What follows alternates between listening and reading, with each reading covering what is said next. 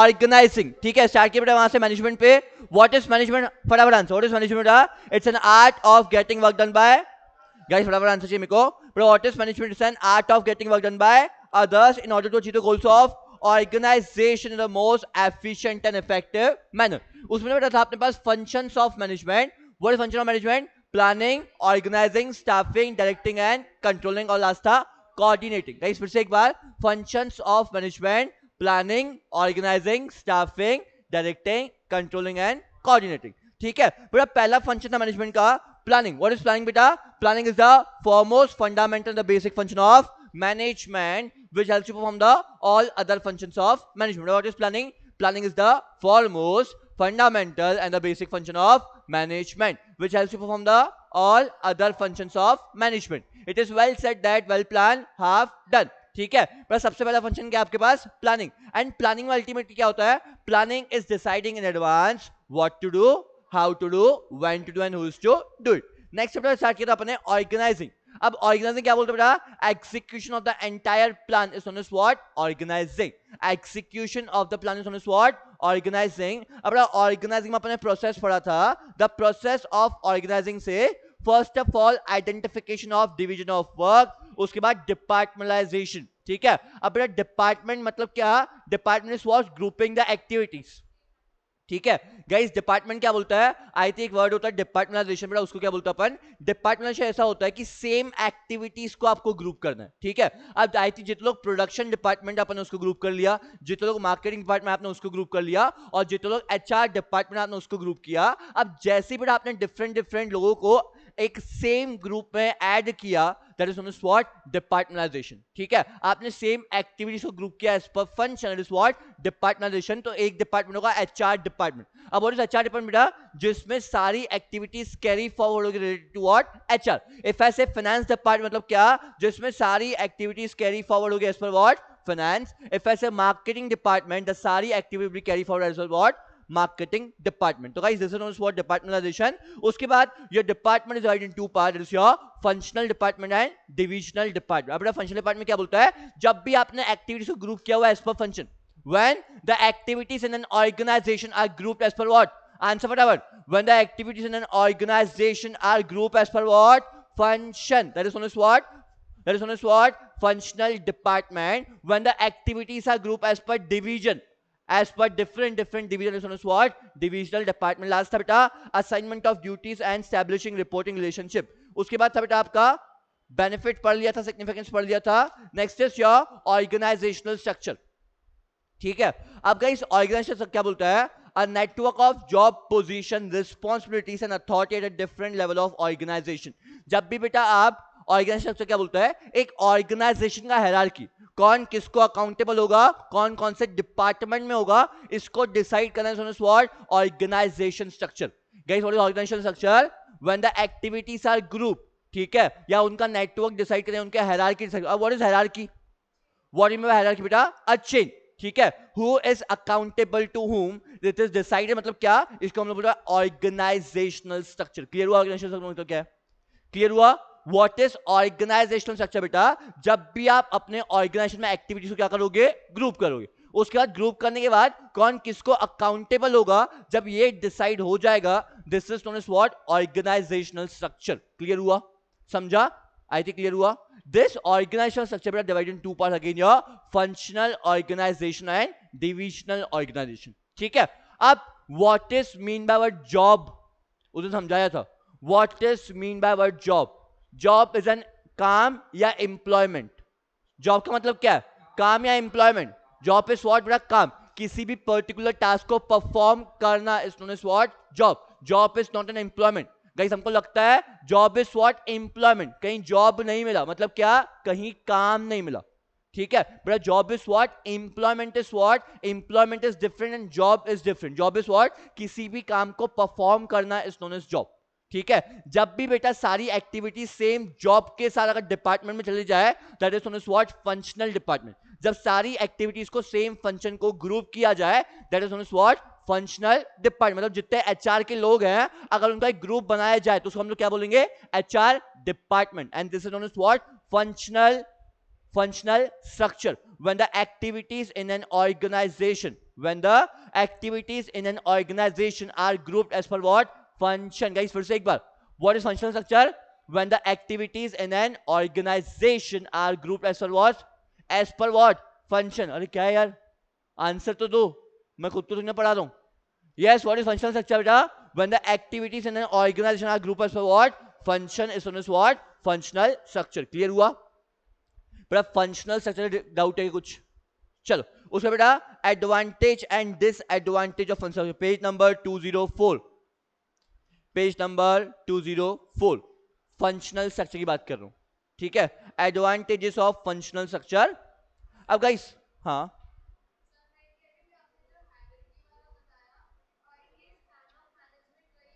हाँ रीड करो. Span of management. Span of management means how many employees or subordinates can be effectively managed by the one manager, or how many subordinates can be effectively controlled by the one supervisor. बेटा span मतलब क्या? Size. Span is what? Size. बेटा वहां पे लिख लो. Size of management मतलब क्या? Span of management. Guys वहां पे लिख लो, जहां पे लिखा हुआ आपके पास span of management मतलब क्या? Size of management. मतलब एक बंदा कितने लोगों को अकाउंटेबल हो सकता है, या कौन किसको अकाउंटेबल होगा, या एक बंदे के अंडर में कितने लोग होंगे. That is known as what? Span of management. लिख लो वहां पे. The size of management is also known as what? Span of management. Clear हुआ कि अरुण? ठीक है अरुण, स्पैन ऑफ मैनेजमेंट क्या बोलते हो बेटा? Size of management. अब what is size of management? मतलब अरुण के अंदर कितने इंप्लॉइज काम कर सकते हैं. ठीक है, मैं अरुण से पूछूं व्हाट्स योर स्पैन. ठीक है, मतलब अगर अरुण के अंदर 4 इंप्लॉइज काम कर रहे हैं तो अरुण का स्पैन क्या होगा? 4 employees. This is what? Span of management. And this is also decided by organisational structure. कितने लोगों के अंडर में कितने लोग काम करेंगे, कौन किसके अंडर में काम करेगा, कौन किसको अकाउंटेबल होगा, ये सबको डिसाइड करना is what? Span of management. और forming this is what? Organisational structure. ये सब कुछ फॉर्म करना मतलब स्नेहा के पास कितने लोग होंगे, स्नेहा किसको अकाउंटेबल होगी, ये सब कुछ डिजाइन बनाना is known as what? Organisational structure. इसके दो पार्ट्स, फंक्शनल और डिविजनल.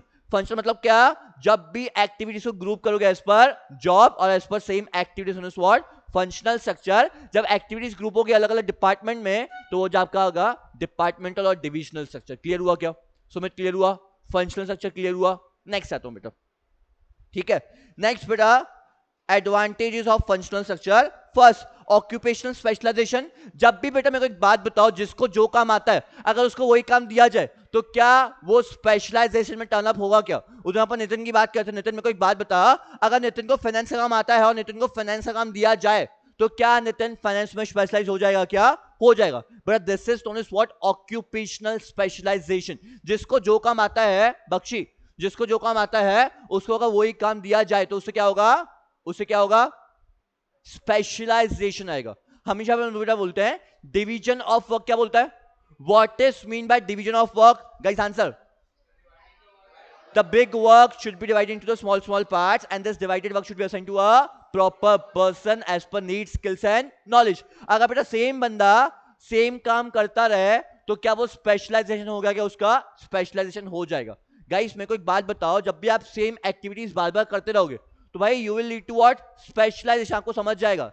ठीक है, तो guys this is known as what? Specialisation. जब भी एक पर्टिकुलर बंदे को एक काम दिया जाएगा अगर उसी काम को रिपीट करता रहेगा, this is what? Occupational specialisation. ठीक है, पर फर्स्ट एडवांटेज होगा कि आपके पास एक स्पेशल बंदा होगा एक स्पेशल काम को परफॉर्म करने के लिए.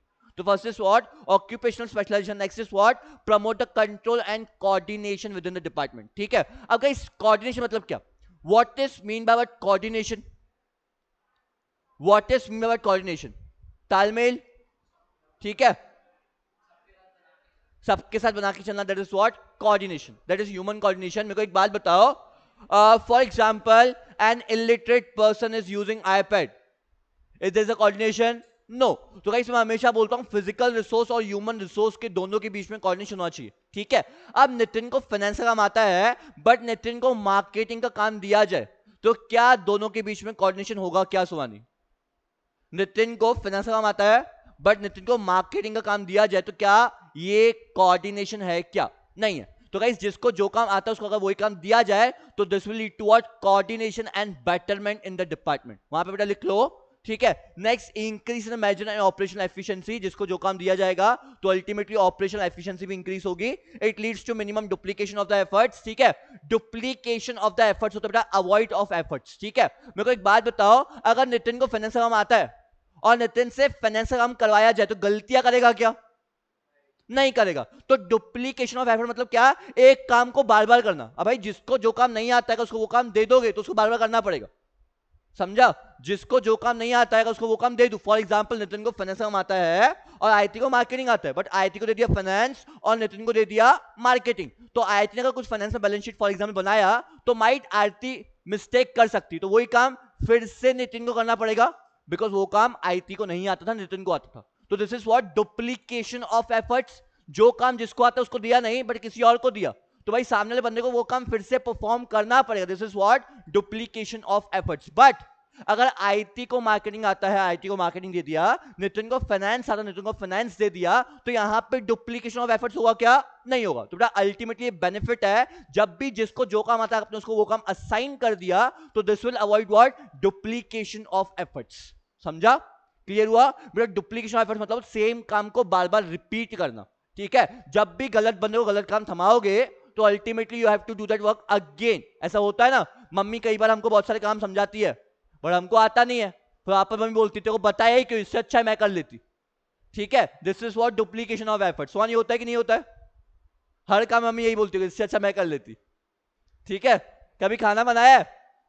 कभी खाना बनाया, ट्राई किया है खाना बनाने का? नहीं किया आज तक? आई थी कभी ट्राई किया बेटा? बनाते हो अच्छा खाना? क्या बात है। देखो आपकी फ्रेंड, मैंने कुछ नहीं बोला आई थी। तो क्या मैगी बना लेते हो? ठीक है, फिर आपको खाना बनाना आता है। आधे लोग तो ये मैगी बनाना आता है मतलब खाना बनाना आता है। मैं खाना बना लेते हो? मैगी आई थी सिर्फ मैगी, कुछ और भी? क्या बात। स्नेहा खाना बनाना आता है? सब कुछ?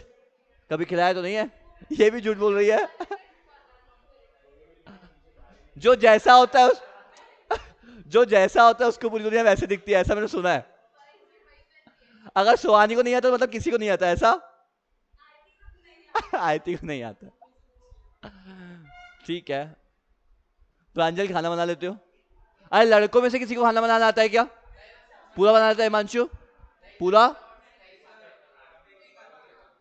लड़कों में बोला ना, आप तो लड़के में हो गई हो ना।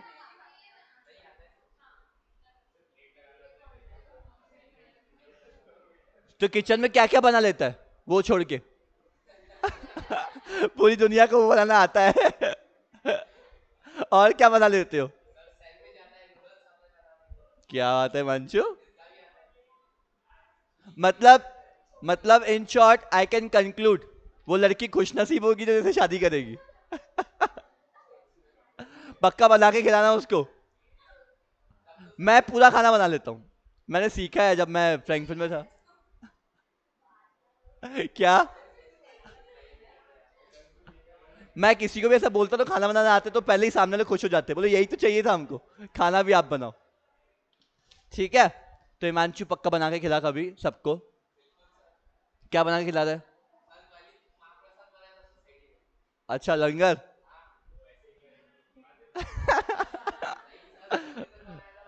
तेरा कंट्रीब्यूशन देता, कर्ची घुमा लिया था एक बार। वो महाल लंगर में थोड़ा थोड़ा कंट्रीब्यूट करना होता है, जैसे हम लोग कर्ची को हाथ लगा के मेरा कंट्रीब्यूशन डन, ठीक है। बाकी तुम लोग देखो। चलो तो guys it leads to what minimum duplication of effort. So बेटा काम करो तो ऐसा करो कि बाद में मम्मी कभी ना बोले कि इससे अच्छा मैं कर लेती। अगर इससे अच्छा मैं कर लेती मतलब क्या? Duplication of effort. कभी कभी कृति ऐसा करती है, तुम उसको बोलते हो इससे अच्छा मैं कर लेता, बताइए क्यों? देखो that is what duplication of effort. Next is what? Easy and effective training, ठीक है। जब भी बेटा जिसको जो काम आता है, अब मेरे को एक बात बताओ, Nitin specialise in finance and IT specialise in marketing, तो मेरे को एक बात बताओ, जब इनको ट्रेनिंग दी जाएगी, जब नितिन को फाइनेंस का ट्रेनिंग दिया जाएगा तो नितिन को बेसिक सिखाना पड़ेगा कि debit what comes in, credit what goes out, possible ही नहीं है, ठीक है। पूरा मेरे लिए ट्रेनिंग इजी है ना। अगर कुछ भी एडवांस ट्रेनिंग आता है तो नितिन को इजीली ट्रेनिंग दिया जा सकता है, because he is already specialise into what finance. जब भी आईटी को ट्रेनिंग दिया जाएगा तो आईटी को एडवांस ट्रेनिंग दिया जाएगा। We can not start from basic, marketing ये होता है और एक्सेट्रा एक्सेट्रा, राइट। तो guys this is what easy and effective training due to attention to the different function. Next, disadvantages of divisional functional structure. Next, first, priceless importance to the overall objective of organisation. ठीक है, इनका बोलना है कि ऐसा कुछ बड़ा advantage नहीं होता है फंक्शनल स्ट्रक्चर यूज करने के बाद, बट होता है एक्चुअली. ये बोला प्राइसलेस एडवांटेज, मतलब जिसका कोई मोल नहीं है. ठीक है, priceless advantage. Next, problems of coordination. अब फंक्शनल स्ट्रक्चर में प्रॉब्लम इन कोऑर्डिनेशन कैसा होगा? अभी तो इन्होंने एडवांटेज में बोला कि भाई वहां पे अच्छा खासा कोऑर्डिनेशन होता है. Now they are saying problems in coordination. कैसे? अब बेटा यहां पे बात हो रही है कि भाई बंदा फिजिकल रिसोर्स और ह्यूमन रिसोर्स को कोऑर्डिनेट कर रहा है. ठीक है, बट अलग अलग डिपार्टमेंट एक दूसरे से कोऑर्डिनेट नहीं कर पा रहा. फिजिकल एंड ह्यूमन रिसोर्स को कोऑर्डिनेट कर रहा है, but HR department finance department से कोऑर्डिनेट नहीं कर रहा है. फाइनेंस डिपार्टमेंट मार्केटिंग डिपार्टमेंट से कोऑर्डिनेट नहीं कर रहा है. This is known as what? This is known as what? Coordination नहीं है. डिफरेंट डिफरेंट डिपार्टमेंट, वहां पे लिख लो, डिफरेंट डिपार्टमेंट्स में कोऑर्डिनेशन नहीं है. फिजिकल और ह्यूमन रिसोर्स में है, बट डिफरेंट डिपार्टमेंट में कोऑर्डिनेशन नहीं है. नेक्स्ट,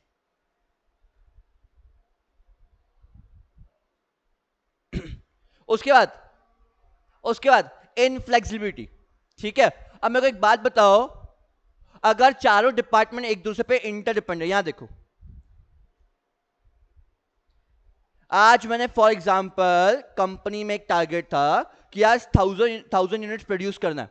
ठीक है, अब जो प्रोडक्शन डिपार्टमेंट है, शाम तक कैसा हुआ? शाम तक ऐसा हो कि प्रोडक्शन डिपार्टमेंट 1000 यूनिट्स को प्रोड्यूस नहीं कर पाया.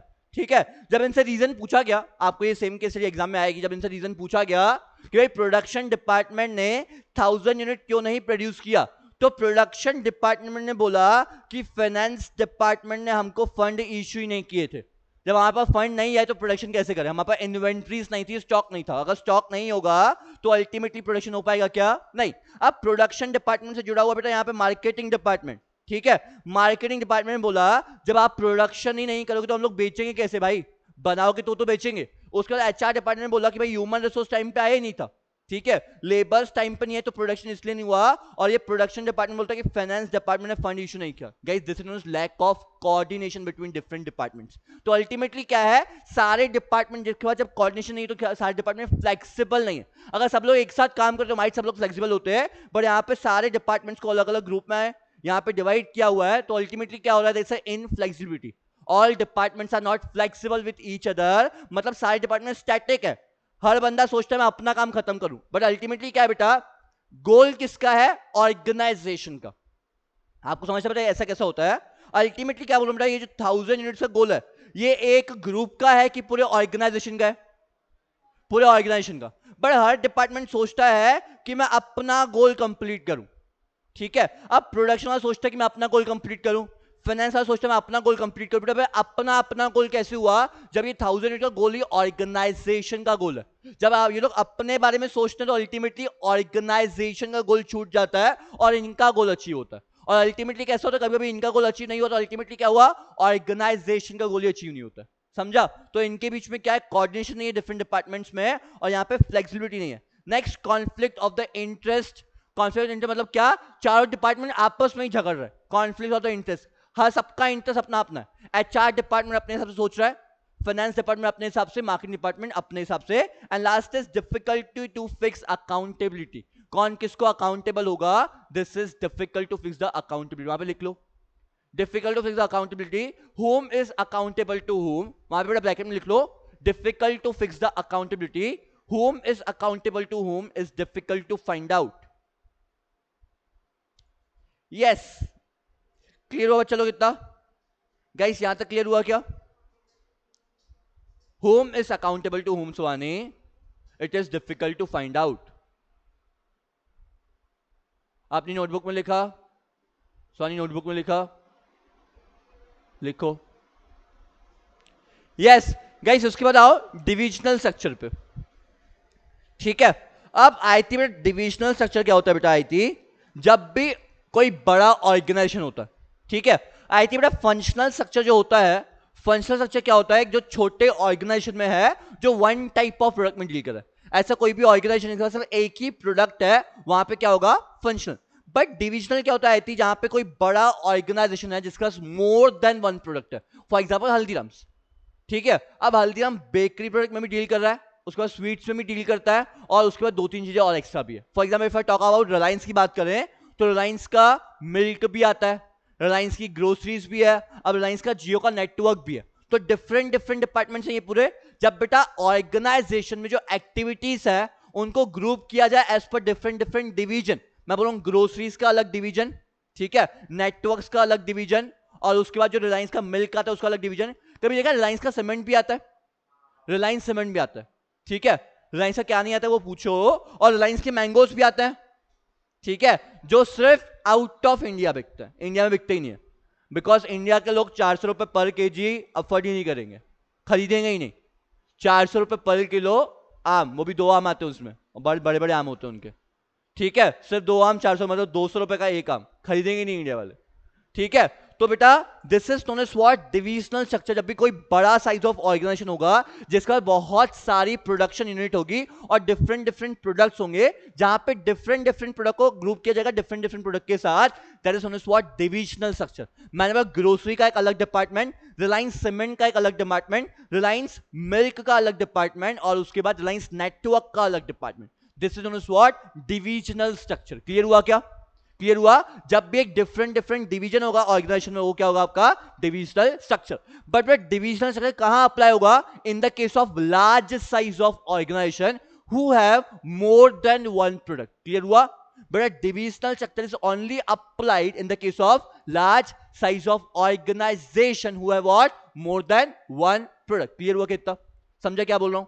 नितिन क्लियर हुआ? यस बेटा, आप रीड करो बुक में, देखो when the organization size is large and in producing more than one type of product, then the activities are related to the one product are grouped under one department. जितनी भी activities एक product में है उसको एक department में group करोगे तो वो क्या हो जाएगा आपका डिविजनल स्ट्रक्चर। ग्रोसरीज की पूरी activities are group under groceries department, network की पूरी activities are group under network department. This is what divisional structure. Clear हुआ? स्वानी बेटा क्लियर हुआ? फंक्शनल डिवीजन में क्लियर मतलब समझा? फंक्शनल क्या है? वन टाइप ऑफ प्रोडक्ट है तो फंक्शनल, मोर देन वन है तो डिवीजन। क्लियर हुआ? आई थी वन टाइप ऑफ प्रोडक्ट है तो फंक्शनल, मोर देन वन है तो डिवीजन। जब सारी एक्टिविटीज एक डिवीजन में डिवाइड हो जाएगी भाई, यहाँ पूरा ग्रोसरी का डिपार्टमेंट, तो ये क्या हो जाएगा डिविजनल स्ट्रक्चर। क्लियर हुआ? आगे बेटा रीड करता हूं, ठीक है। For example if an organization is producing soap, textile, medicine, cosmetics, etc., then all the activities related to medicine will be grouped under medicine department. All the activities of textile will be done under textile department, and so on. ठीक है, ये क्या हो जाएगा divisional structure. यहां तक clear हुआ क्या? नेक्स्ट बेटा एडवांटेज पे, ठीक है। अब इसका एडवांटेज होगा बेटा, पहला होगा प्रोडक्ट स्पेशलाइजेशन। मेरे को एक बात बताओ, अगर एक पूरे ग्रुप को सिर्फ एक प्रोडक्ट पे काम करने के लिए दिया जाए तो क्या वो ग्रुप अच्छे से परफॉर्म करेगा क्या? मैं एक ही ग्रुप को बोल रहा हूं भाई, तू सोप भी प्रोड्यूस करेगा, तू टेक्सटाइल पे भी ध्यान दे और तू मेडिसिन पे भी ध्यान दे। फॉर एग्जांपल नितिन और हिमांशु का एक ग्रुप है, इनको बोला भाई सोप का डिपार्टमेंट भी तुम्हारे पास, टेक्सटाइल का भी तुम्हारे पास, मेडिसिन का भी तुम्हारे पास, हो पाएगा क्या? नहीं।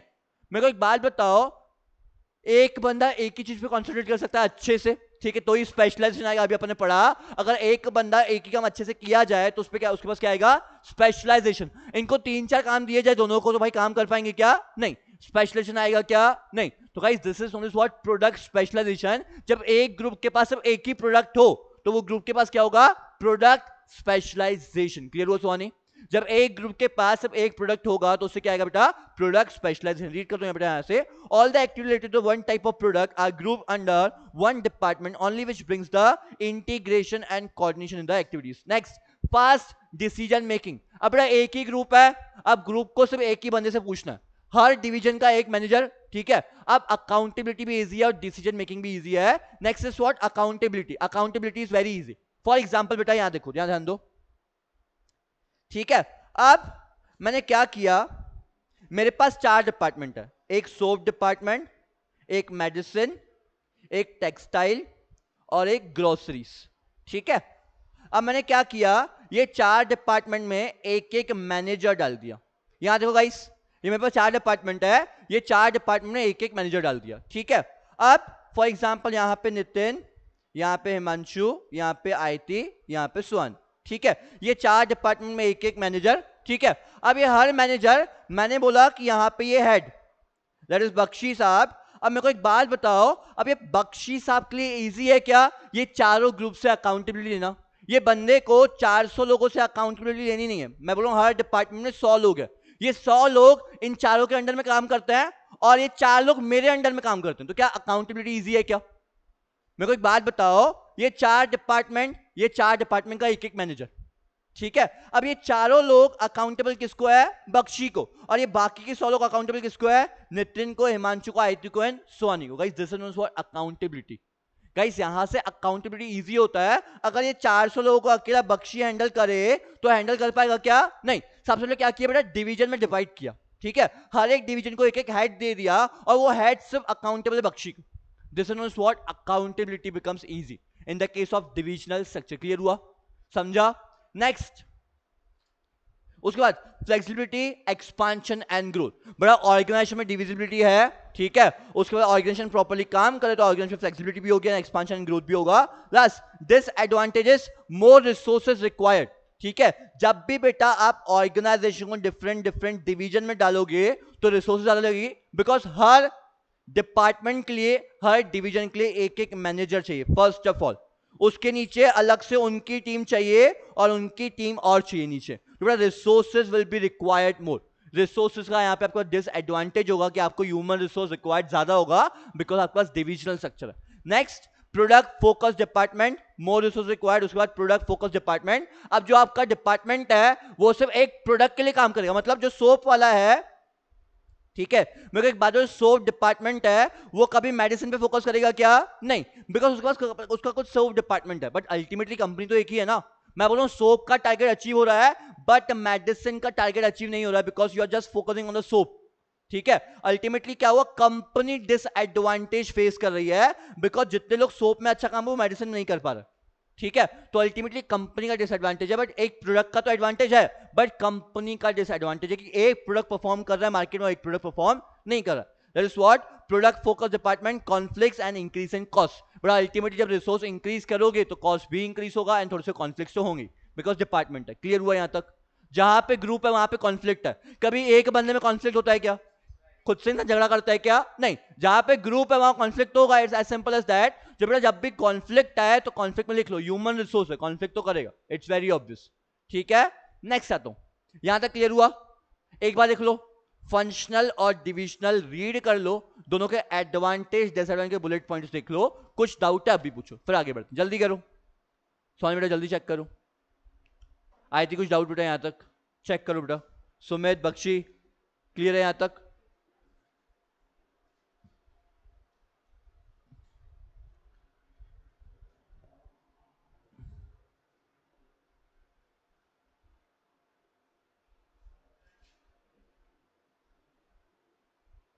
अच्छा, फॉर्मल इनफॉर्मल कैंसिल है पूरा? हाँ, लास्ट ईयर भी कैंसिल था, यहाँ पे कटा हुआ।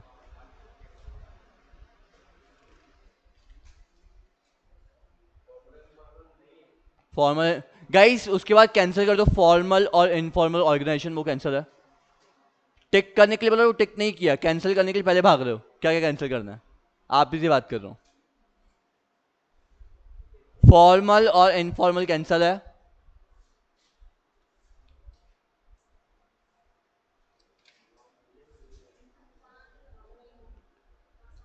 पूरा कैंसिल है, इनफॉर्मल, एडवांटेज डिसएडवांटेज सब कैंसिल है। उसके बाद सीधा डेलीगेशन ऑफ अथॉरिटी से चालू करना है।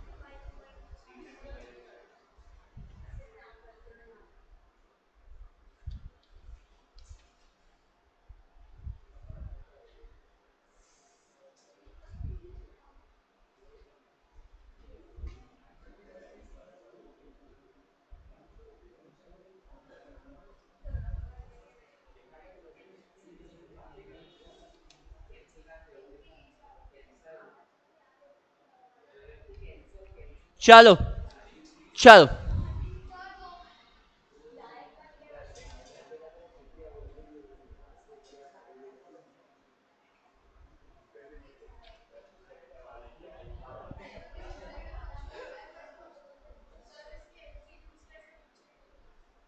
सॉल्व करेंगे ना क्लास में।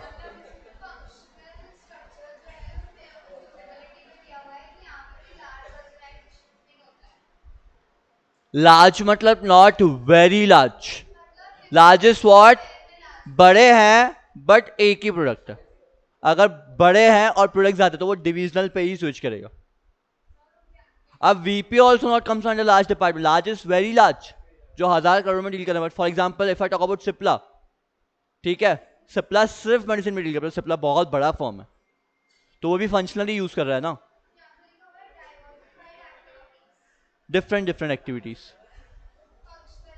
हाँ तो diversified activities, different activities are group under one department.